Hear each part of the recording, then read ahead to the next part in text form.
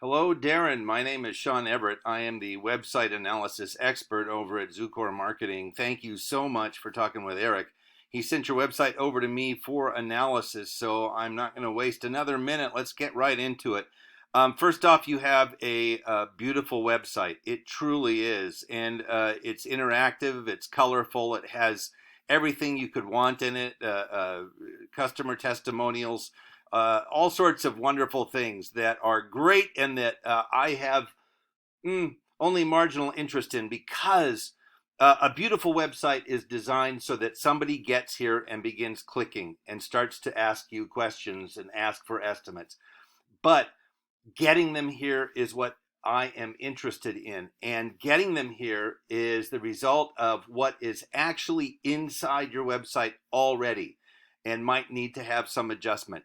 Let me tell you or show you what I'm talking about. Now, when I do an assessment, the first thing I do is I look at this paid tool that I have. It is, as you can see, Rebuild Texas. It tells me about the metrics of your site, how your site is performing. And then the next thing I do is I go and I do a Google search, which is here.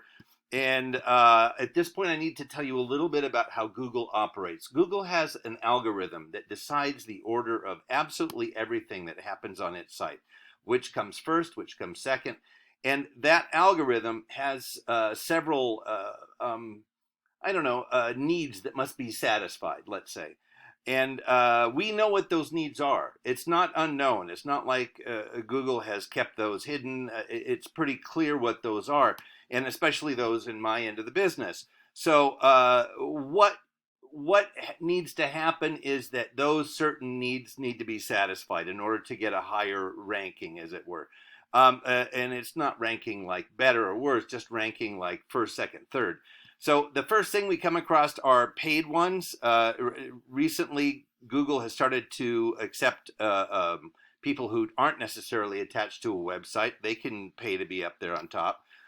These folks have paid to be on top. Also, they call it sponsored at Google because it sounds more like helping the Girl Scouts with their cookies as opposed to I paid to be here.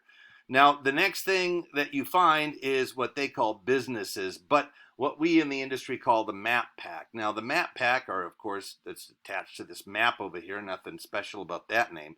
But the one thing they did that others have not done is they have gone to Google and filled out a Google business profile, which is like a Facebook profile, except for your business. It asks all sorts of questions like, what year did you start? Your website, obviously, an address so that they can put you on the map. But there's a bunch of other questions in there that have you prove that the website is your own, and it is something that you could potentially fill out yourself. You could go to Google. It's not like there's anything prohibiting you from doing it, but the ultimate goal would be to be here because being near the top of a Google search is exactly what your aim is. And I'm going to show you why I am sort of vehement about that. Now, underneath the map pack is what we have, what we call the organic search results. Now, these are wholly and totally decided by the Google algorithm, which is a mathematical construct that just looks at a bunch of data and says this, that, this. Now, it turns out the number one business here underneath is Austin Longhorn Roofing, and I am going to refer to them as your Google competitor for the purpose of this analysis. And I'm going to show you their site. Here it is here. And they have, I guess I'll accept them. I They have a nice website also. It's a little broad, I think. It doesn't have sort of the conciseness, if I will, of your site. It starts with a large photo, of course, but you have a lot of these things up here that people can do, and theirs is not that full, you know.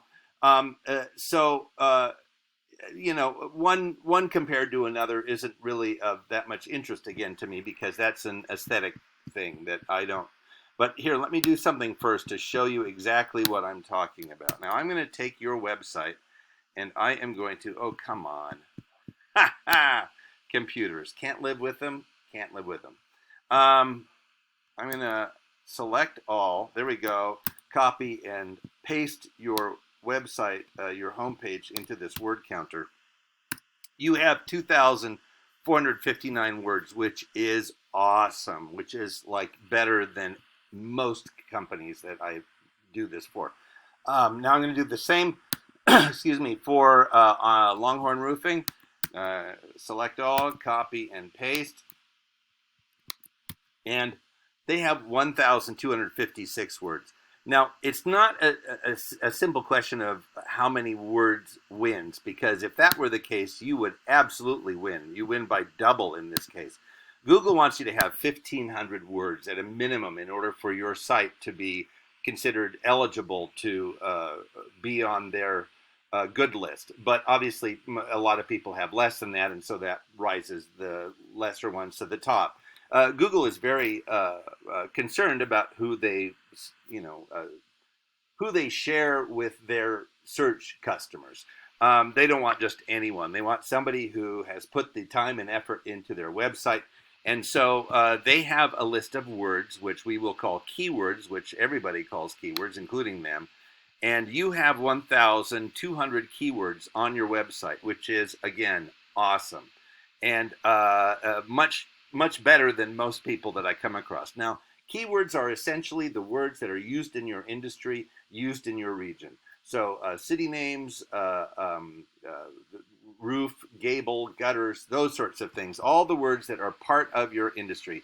And Google knows what those are because it takes all of the sites from this particular search, for instance, and it assembles all of the web pages. It separates the words out of those pages, and it looks at what the words are, and whichever one appears most is the number one keyword, and the second most, and so on and so on. So it knows what your website should have in it, and it makes a judgment about that. And if you don't have enough in it, now I'm going to show you, you have 1.2, they have 1,800. So they win in this because it's just a mathematical construct, and whoever has most wins. It's not hard to beat that number, especially since you're so darn close. Now, I'm going to show you what their keywords are.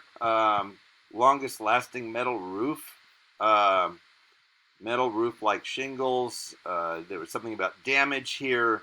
DIY metal roofing kits. They answer a lot of questions in their blog, as you can see. So virtually a bunch of things that people ask in Google searches are answered here in their website. And that's exactly what I want to point out to you, that if I were to go to your site as your web developer and I hide somewhere in your site the phrase "Gorillas love bananas," well, that means that somebody in Alaska who types in "Gorillas loves bananas," your site is going to come up for them, and they're going to say, why is this roofer in Austin coming up for this phrase? I don't understand that. And it's because it's in your website. The inverse is true. If you do not have it in your website, you will not come up. So this metric here says that you are 600 keywords shy of beating them. So it puts them first. And essentially you're missing the opportunity for people to find you is what's happening. Now, the next thing I'm going to show you is backlinks. Backlinks is where you have a listing on somebody else's site, and it's a link back to your site, right? So like Yelp, for instance. Let me show you what they have. You have 788.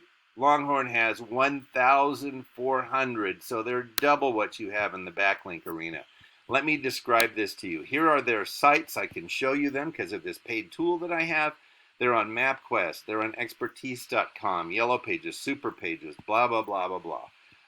And they're not on Angie's List, which is a good one to be on because even though it's paid, it does give you a high rating here on the backlinks. Not all backlinks are equal either. Some are better than others. MapQuest is rated at a 91, and that is the domain rating. That means that more sites refer to it, and that is a good thing as far as Google is concerned. It's sort of like when a bunch of people talk about you, it makes you famous. That's the same way that the Google algorithm thinks. The more people, the more sites that you are on, the more important you must be. And that's just how the algorithm works. So These are backlinks, and this is where the rubber hits the road. I'll show you once again. Right now, they are number one underneath the map pack. They are the first ones that come across. And by the way, you could be in both places. You could be up here and you could be down here. Um, but here we go. Here's where it really counts. The backlinks and your keywords have garnered you 221 clicks from a Google search based upon where you are listed in the search. And I don't know where that is. I haven't scrolled down far enough. But that is what you have for traffic, the number of times people have clicked on you to find you from a Google search. That's up 70, by the way, so that is a great improvement. Here is what they have, 3,800. Now, you know that means they have that many more opportunities to have somebody ask for an estimate, to have that person become a client, and to get money in their pocket. It's literally comes down to that. The value of your clicks, according to my tool, is about $1,200. And for them, each click is worth 41K, almost 42. Now, you can raise this very much by getting higher in the search results. Because how do you use Google? You and I use it the same. We only scroll a certain amount down, and then we're like, oh, I have what I need up here somewhere, I'm sure. That's what most people do because they assume that Google is ranked by some ranking that has, best to worst or most to least, and it's not. It's about what the Google algorithm has decided. So these are 3 ways to improve your website. 1, get in the map pack. 2, get some more keywords. And 3, get more backlinks. Now, I'm sure that you would rather spend more time roofing than digging around in your website to do those 3 things, and that's where I think Eric will come in and be of great help to you. He can help guide you through the next steps because our team has the experience and the expertise to raise that for you. We know what it's looking for. So anyway, I hope I have been helpful to you in your quest to have a website that works for you. Thank you so much for watching, and you have a great day.